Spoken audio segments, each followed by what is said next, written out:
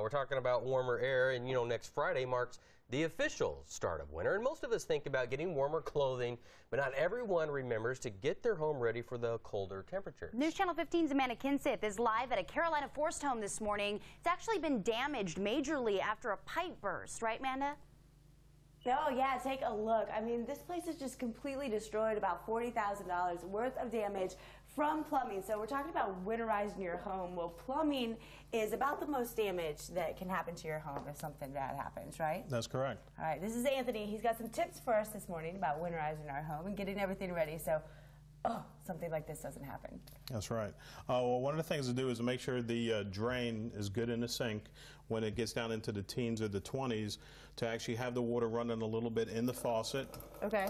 And what it does, it keeps water moving through the pipe system and prevents everything from freezing up. So you just keep that going all the time? Just keep it going all the time. Now, some people think you can do just a drip, but a drip is not enough to move the water through the system. So it has to be a little bit more than a drip.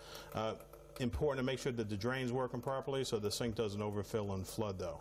And then opening up the cabinet doors and letting the heat from inside the house get underneath the cabinet. Sometimes the temperature underneath the cabinet is 10 to 15 degrees lower because it's on an outside wall, such as this one here. This kitchen sink is actually on the outside wall, so it is colder under the cabinet than it would be out in the living area. Okay, well, that's easy enough to do. I think I can manage to open up the cabinet doors. That's right. We also talked about, I live in an older house, so we put plastic over the windows. A lot of the new homes, you don't need to do that. But you need to keep the air going, too, because of mold, the heat. Right, you can't just cut your heat off. Right. You make sure you keep the heat going. Make sure keep the heat set so air circulates around the house, even if the house is abandoned. All right, we've got some more tips for you coming up throughout the morning, guys. That's some good advice there, for sure. Absolutely. Might want to heed that advice next week.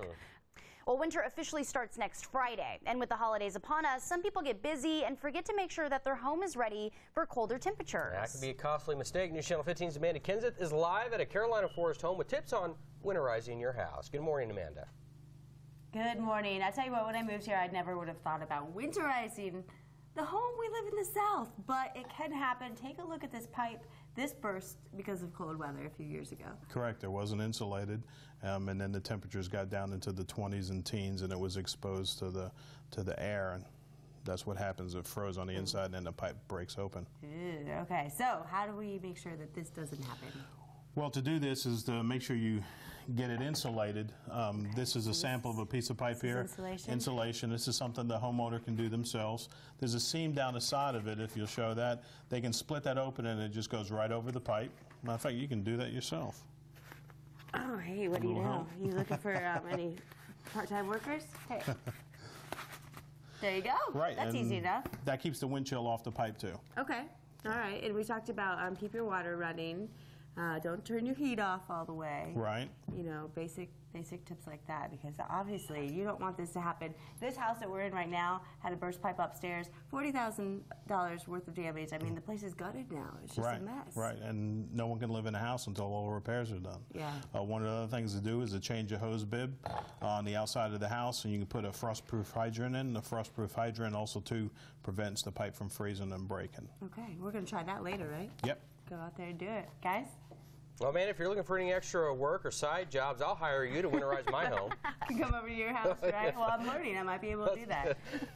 It's the little things that keep from massive damage. So great tips. She's going to be joining us throughout the rest of the show as well. It may not feel like winter, but it's right around the corner, and soon temperatures will be cooler, and they're headed our way. That's right. With just a few tips, you can avoid costly mistakes to your house when that freezing air does finally move in. News Channel 15's Amanda Kinseth is at a Carolina forest home with those tips. Good morning.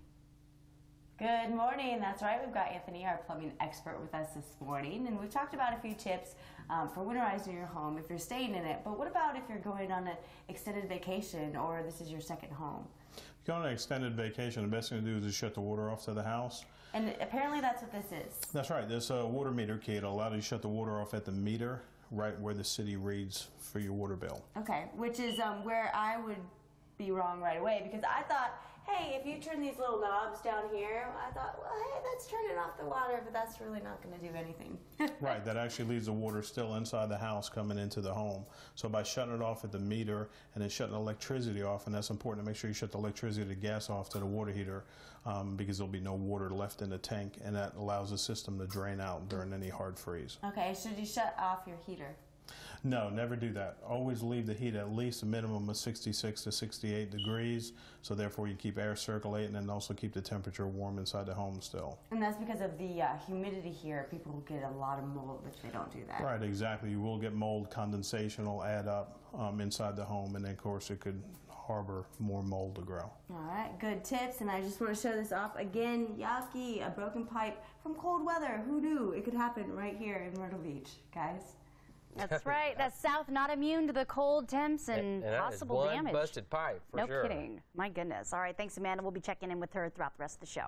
Oh, it doesn't feel like winter out there right now, but as Darren's talking about, it is coming our way soon, and with it, freezing temperatures, which could pose damage to homes. That's right. News Channel 15's Amanda Kinseth is out live at a Carolina forest home that has major damage, and really they could have taken steps to prevent it, right, Amanda? Well, I'll tell you what, the house in here, when plumbing goes bad, it's a big deal. This house has $40,000 worth of damage because when a line breaks, I mean, it went through the whole house. They had to rip everything out. And believe it or not, it can freeze in South Carolina for a couple bucks.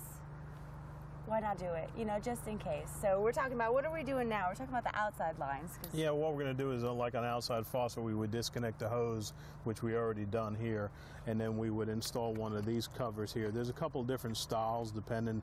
The one you're using right now is a little larger style, and it depends on the type of faucet that's in place. It hooks around the handle on the faucet itself. Ooh, I got it. Wait, maybe. Okay. And then that's it. There's a nut on the front that you tighten, but you don't have to do it on this one. But you can go ahead and tighten it, and then it keeps it up against the house, lets the warmth of the house stay inside that styrofoam. Keeps it nice and cozy in there. That's right, nice and toasty. And if you have an exposed one, maybe you have an older house. Right, your older home with an exposed pipe like that, that's something the same thing too. For a few dollars, you just put some pipe insulation on it. Once you get it to the proper length, then you just cut it to the length that you need it. Okay, and I mean, these are just easy things to do just in case. And we talked about, you know, if you are going away, then turn off the water. You know, keep the heat going. Right. Open the cabinet doors, you know, by the sinks. That's pretty much the easiest thing to do. So, you know, thank you very much for the tips. You're quite welcome. Don't anybody let their pipes freeze, guys. Yeah, just a couple easy things, and you could save yourself from spending thousands of dollars. Absolutely, and a lot of people here don't think, oh, it's not winter, you know, there's not snow, but, you know, as Amanda proved, it definitely does cause some damage.